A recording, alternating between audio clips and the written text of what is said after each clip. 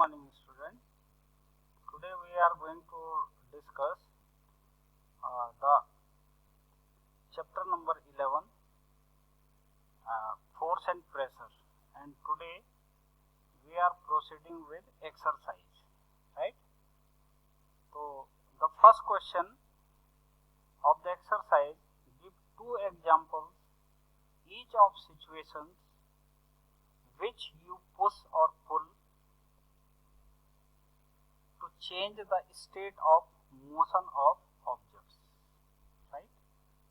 So we have to quote two examples of push and two examples of pull, right? Number one, in push, any two examples, right? So I am suggesting two examples. We close drawer by pushing. We close drawer. Drawer को जब हम बंद करते हैं तो उसे हम push करते हैं. Second, we move a wooden box by pushing. Push करने पे वुडन ब्लॉक को मूव करवा जा सकता है. Now the two example of पुल.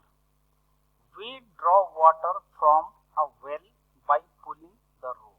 हम क्या करते हैं, जो वेल से पानी निकालना होता है ना, तो बकेट को एक रोप से बांध देते हैं और फिर बकेट को नीचे वेल में डाला जाता है. जब वो भर जाती है तो रोप को पुल किया जाता है, जिससे हम बकेट बाहर निकाल लेते हैं. नेक्स्ट है, a horse pools a cart. जो हॉर्स होता है वो कार्ट को पुल करता है, ठीक है. तो these two are the example of pull and two examples of push, but these are only suggestive. आप कुछ और भी लिख सकते हैं इनकी जगह, ठीक है ना, इसके आंसर में. बस ये है कि पुश होना चाहिए दो जगह पे, दो एग्जाम्पल में पुल होना चाहिए, right. Second question, give two examples of situation in which applied force causes a change in shape of an object. आपको दो ऐसे एग्जाम्पल बताने हैं, ऐसे सिचुएशन दो एग्जाम्पल बताने हैं जहाँ पे फोर्स से किसी ऑब्जेक्ट की शेप चेंज हो रही है, शेप, राइट. तो these are suggestive. When we apply force on rubber band to stretch it, ठीक है ना, जब भी हम रबर बैंड पे फोर्स लगाते हैं तो स्ट्रेच हो जाता है, उसकी शेप चेंज हो जाती है. या फिर हम क्या करते हैं, फोर्स लगा के किसी क्ले की शेप चेंज कर देते हैं. आप देखते होंगे क्ले से कई तरीके की चीजें बनाई जा सकती हैं. तो क्ले आप लेंगे तो उसका शेप कुछ और होगा, जब आप उसे मॉडिफाई करेंगे, कुछ चीज बनाएंगे तो उसका शेप बदल जाएगा. These are the two examples. इस तरीके से एग्जाम्पल बहुत सारे हैं. जैसे बैलून है, बैलून फूला हुआ है, आपने उसे प्रेस किया तो उसकी शेप चेंज हो गई, ठीक है. मम्मी रोटी बनाती है ना, जब उस पर बेलन से वो किया जाता तो क्या होता है, उसकी शेप चेंज हो जाती है, ठीक. Now third question, fill in the blanks in the following statements.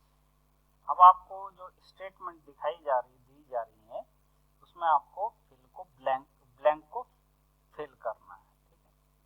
पहला, to draw water from well we have to dash the pull the rope. तो रोप को क्या करना पड़ता है, वो आपको यहाँ पे भरना है. दूसरा है, a charge body dash an uncharged body towards it. अब यहाँ पे आपको फिल करना है. सी पार्ट है इसका, to move a loaded trolley we have to dash it. Trolley में बहुत सारा सामान है, उसे क्या करना पड़ेगा, मूव करवाने के लिए. The north pole of the magnet dash the north pole of another magnet.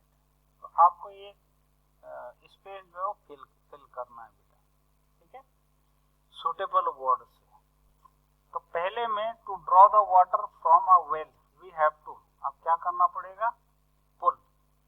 हमको रोप को पुल करना पड़ेगा ताकि बकेट बाहर आ सके. सेकंड है, a charge body attracts an uncharged body towards it.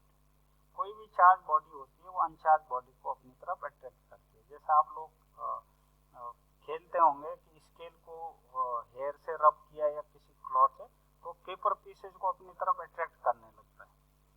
Scale जो है वो चार्ज हो जाता है. तो the charge body attracts an uncharged body towards तीसरे में आप भरेंगे तो move a loaded pulley trolley we have to push it, push करना पड़ेगा। अगर ट्रॉली भरी हुई है तो उसे मूव कराना तो उसे पुश करना पड़ेगा। नेक्स्ट है the north pole of the magnet repel the north pole of another magnet. जब लाइक पोल्स होते हैं तो एक दूसरे को रिपेल करते हैं, सिमिलर टाइप के पोल्स होते हैं तो एक दूसरे को रिपेल करते हैं। ठीक है, अब है क्वेश्चन नंबर 4।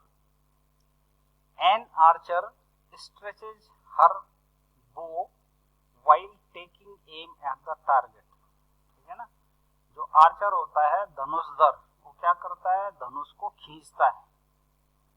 ठीक है, और वो टारगेट को निशाना लगाता है। सी देन रिलीज द एरो, और फिर उसके बाद वो एरो को यानी तीर को छोड़ दिया जाता है। Which begins to move towards the target, और वो क्या करता है, एरो टारगेट की तरफ मूव करने लगता है। Based on this information, fill up the gaps in the following statement using the following terms। अब आपको नीचे दिए कुछ सेंटेंसेस दिए होंगे, उसमें आपको ब्लैंक को फिल अप करना है। और जो वर्ड्स हैं वो क्या है, muscular, contact, non contact, gravity, friction, shape and attraction. ठीक है, तो इनको आपको फिल अप करना है। Number 1, to stress the bow, the archer applied a force that caused the change in its। अब यहाँ पे आपको इन वर्ड्स में जो रेड कलर के दिखाई दे रहे हैं कोई एक चीज भरनी है यहाँ पे। ठीक है, B the force applied by the archer to stress the bow is the example of dash force. अब वो कौन सा फोर्स होगा जिसके कारण आर्चर जो है वो इसको स्ट्रेच कर रहा है। सी पार्ट है the type of force responsible for change in state of the motion of the arrow is an example of a dash force. वो कौन सा फोर्स होगा, ठीक है, टाइप ऑफ फोर्स। और डी है while the arrow moves towards the target the forces acting on it are due to dash and that due to dash of air. तो सबसे पहले आप पहली स्टेटमेंट को पढ़ेंगे तो टू स्ट्रेस द बो the Archer applies the force that causes a change in its shape. आपने देखा होगा धनुष का जो शेप होता है वो चेंज हो जाता है। ठीक है, second the force applied by archer to stress the bow is an example of muscular force, क्योंकि खींच किससे रहा हो, हाथ से, और हाथ की मसल्स काम कर रही है वहां पे। तो जो फोर्स आप लगा रहे हैं वो कौन सा फोर्स होगा, मस्कुलर फोर्स। सी है the type of force responsible for change in the state of motion of the arrow is an example of contact force, क्योंकि वो कॉन्टेक्ट में। डी पार्ट है while the arrow moves towards the target the forces acting on it are due to gravity and due to friction of the air while arrow moves towards the target। अब arrow target की तरफ जा रहा है तो हवा का friction भी लगता है, और जो फोर्स काम कर रहा है वहां पे वो अर्थ काम कर रहा है, तो अर्थ की क्या होती है, ग्रेविटी। तो पहले गैप में आप ग्रेविटी भरेंगे, दूसरे गैप में आप फ्रिक्शन को भरेंगे। ठीक है ना, तो this is the answer of question number 4, right. Now question number 5, in the following situation identify the agent exerting the force at the object on which it acts। मतलब आपको ये बताना है कि कौन फोर्स लगा रहा है और किस ऑब्जेक्ट पे लगा रहा है। State the effect of force in each case, और आपको ये बताना है कि फोर्स का कौन सा इफेक्ट काम आ रहा है, स्पीड चेंज हो रही है कि शेप चेंज हो रहा है कि डायरेक्शन चेंज हो रही है। ठीक है, तो तीन चीजें आपको बतानी, एक तो एजेंट बताना है कि वो फोर्स कौन लगा रहा है, दूसरा किस पे लगा रहा है, वो ऑब्जेक्ट कौन सा है, और तीसरी बात बतानी कि फोर्स का कौन सा इफेक्ट काम में आ रहा है। पहला, squeezing a piece of lemon between the fingers to extract its juice. Lemon जो होता है नींबू, उसको जब आप निचोड़ते हैं, ठीक है ना, तो उससे जूस निकलता है। तो इसमें फोर्स कौन लगा रहा है, किस पे लगा रहा है और किस चीज पे चेंज आ रहा है, स्पीड, शेप वगैरह इनमें। नेक्स्ट है taking out paste from the toothpaste tube. जब टूथपेस्ट ट्यूब से आप टूथपेस्ट निकालते हैं तो उस पर बताना है एजेंट कौन सा है, फोर्स किस पे लगाया जा रहा है और किस में चेंज आ रहा है। थर्ड है a load suspended from spring while it other and is on a hook fixed on the wall. एक स्प्रिंग है जिसका एक हुक वॉल पे फिक्स है और दूसरे एंड पे स्प्रिंग पे लोड सस्पेंड किया हुआ है, तो कौन फोर्स लगा रहा है, किस पे लगा रहा है और क्या चेंजेस आ रहे हैं। नेक्स्ट है an athlete making a jump to clear the bar at certain height. एक एथलीट जो है हाई जंप कर रहा है ना, ऊंची कूद, तो कौन फोर्स लगा रहा है, किस पे लगा रहा है और क्या चेंजेस आ रहे हैं। तो देखिए पहले वाले में लेमन को स्क्वीज किया जा रहा है, तो एजेंट क्या होगी, फिंगर्स ऑफ द मैन और fingers of the person. Object क्या है, लेमन, फोर्स किस पे लग रहा है, लेमन पे, और चेंज किस में आ रहा, shape of the lemon.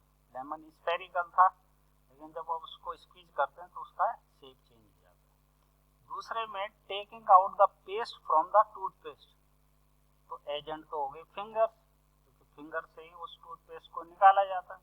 Object हो गया टूथपेस्ट ट्यूब, और इफेक्ट क्या हुआ, चेंज इन शेप। आप देखते होंगे टूथपेस्ट ट्यूब का शेप चेंज हो जाता है।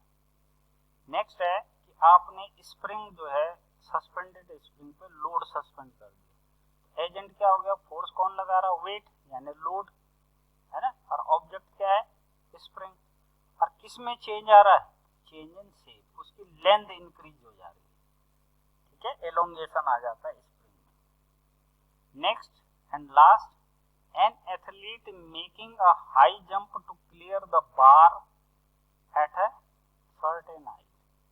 अब इसमें मस्कुलर एनर्जी यानी मस्कुलर फोर्स यानी मसल्स ऑफ एथलीट काम कर रही है। वो क्या करता है, एथलीट फोर्स लगाता है पैरों से जमीन में, और ऑब्जेक्ट कौन हुआ, वो हो गया एथलीट। फोर्स किस पे लग रहा है, खुद एथलीट पे, और वो जंप करता है। जंप करने के बाद उसकी जो स्टेट है वो चेंज हो जाती है, ठीक है ना, वो उसकी जो स्टेट है वो चेंज हो जाती है, यानी स्टेट ऑफ मोशन में आ जाता है, ठीक है। तो इस तरीके से ये क्वेश्चन सॉल्व किया जाता है। इसमें आपको एक तो एजेंट बताना था कि फोर्स कौन लगा रहा है, दूसरा किस ऑब्जेक्ट पे लगाया जा रहा है, और तीसरी बात कि फोर्स का कौन सा इफेक्ट यहाँ पे काम में आ रहा है, ठीक है। तो आज के लिए इतना ही, फिर बाकी के क्वेश्चन जो है हम नेक्स्ट लेक्चर में पूरा करेंगे। Thank you very much.